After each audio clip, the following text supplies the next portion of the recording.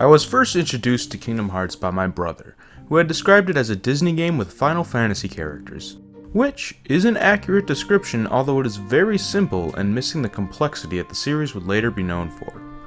At the time, I was a child who had seen many of the Disney movies featured in the game, as well as played, to some extent, the Final Fantasy games featured in the original Kingdom Hearts, and would later be happy to see more characters appear in the sequel.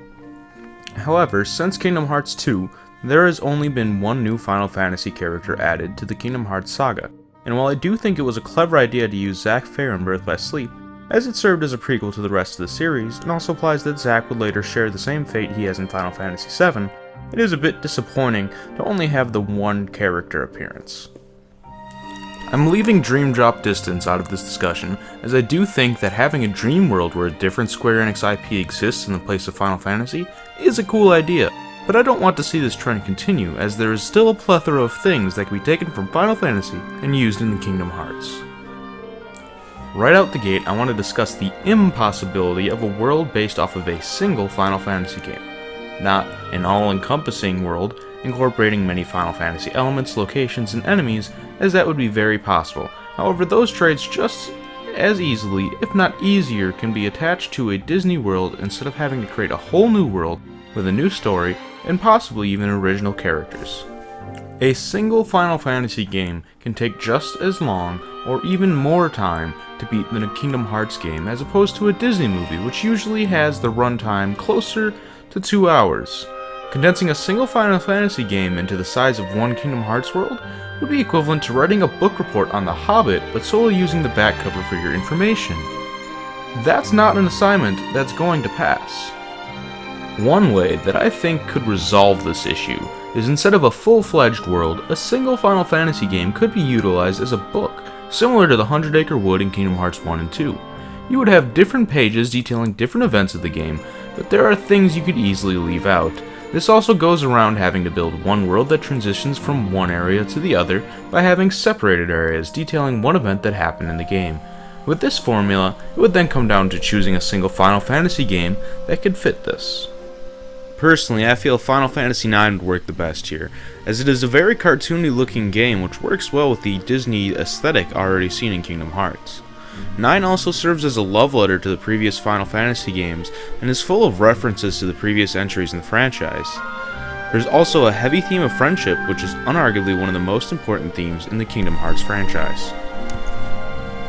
In addition, the backgrounds in Final Fantasy IX are absolutely stunning, and would work well as pages in a book.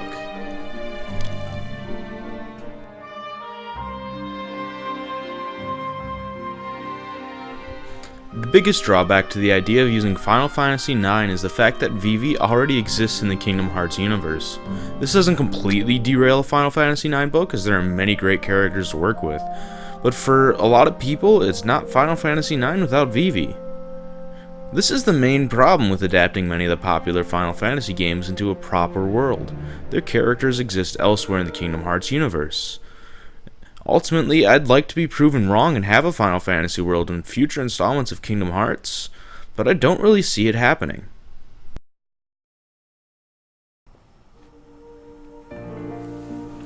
Next, I want to discuss the nativity of the Final Fantasy characters who appear in Kingdom Hearts.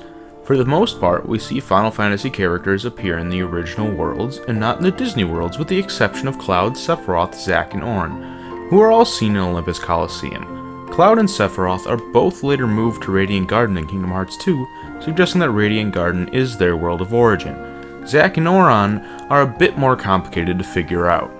Auron is a dead warrior summoned by Hades, so it is unclear as to Auron's world of origin, as it depends on Hades' power and what the underworld is in the Kingdom Hearts universe. If the underworld is limited to Olympus, then one would assume that Auron existed at one point at Olympus. If the underworld is not limited to Olympus, well then Hades has some scary potential. The great god of the underworld is afraid of a kid?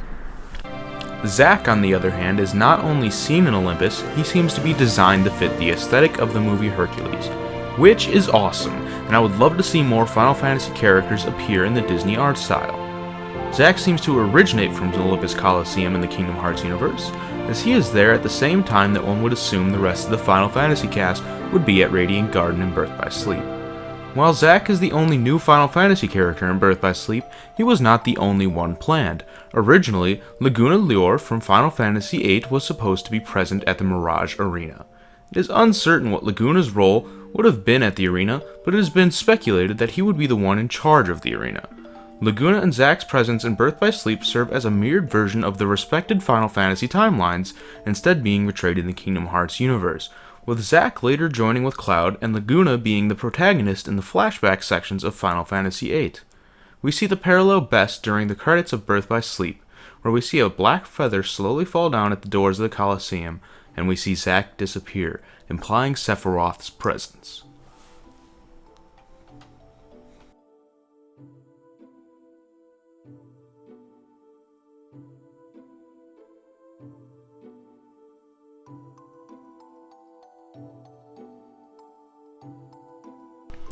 With Zack, we see it may be possible to have Final Fantasy characters inhabit the Disney worlds and look like they belong to that world, which is something I'd love to see more of.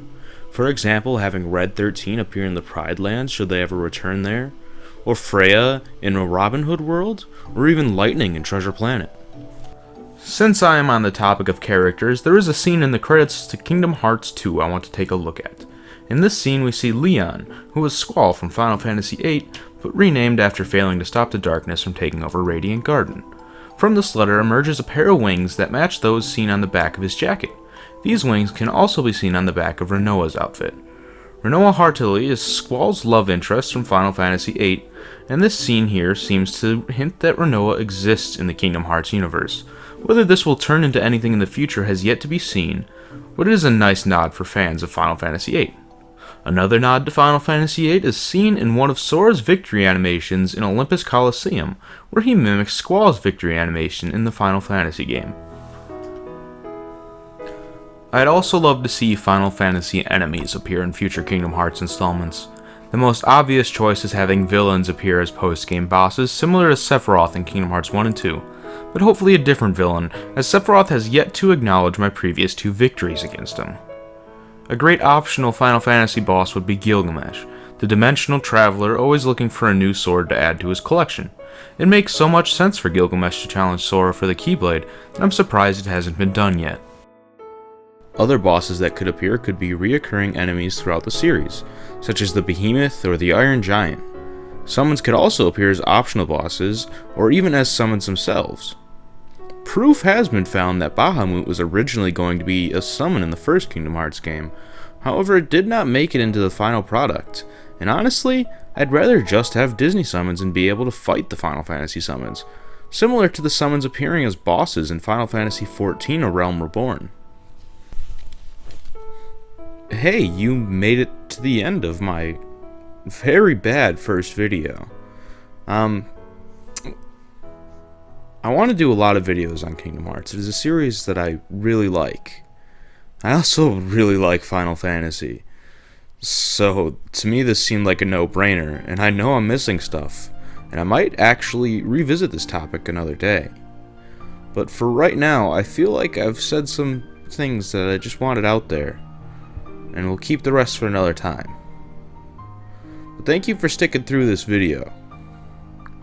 I hope to improve myself in later videos so it's a lot easier of a watch. Thank you. Also, a few more things before the video ends. I want to ask for any criticisms anybody has on this so I can improve myself.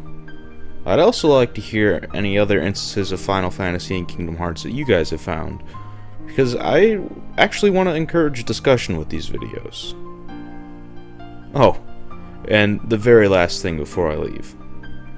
There's an interesting picture comparing Cypher from Final Fantasy VIII to his Kingdom Hearts 2 design to Snow's design for Final Fantasy XIII. It's kinda cool, right?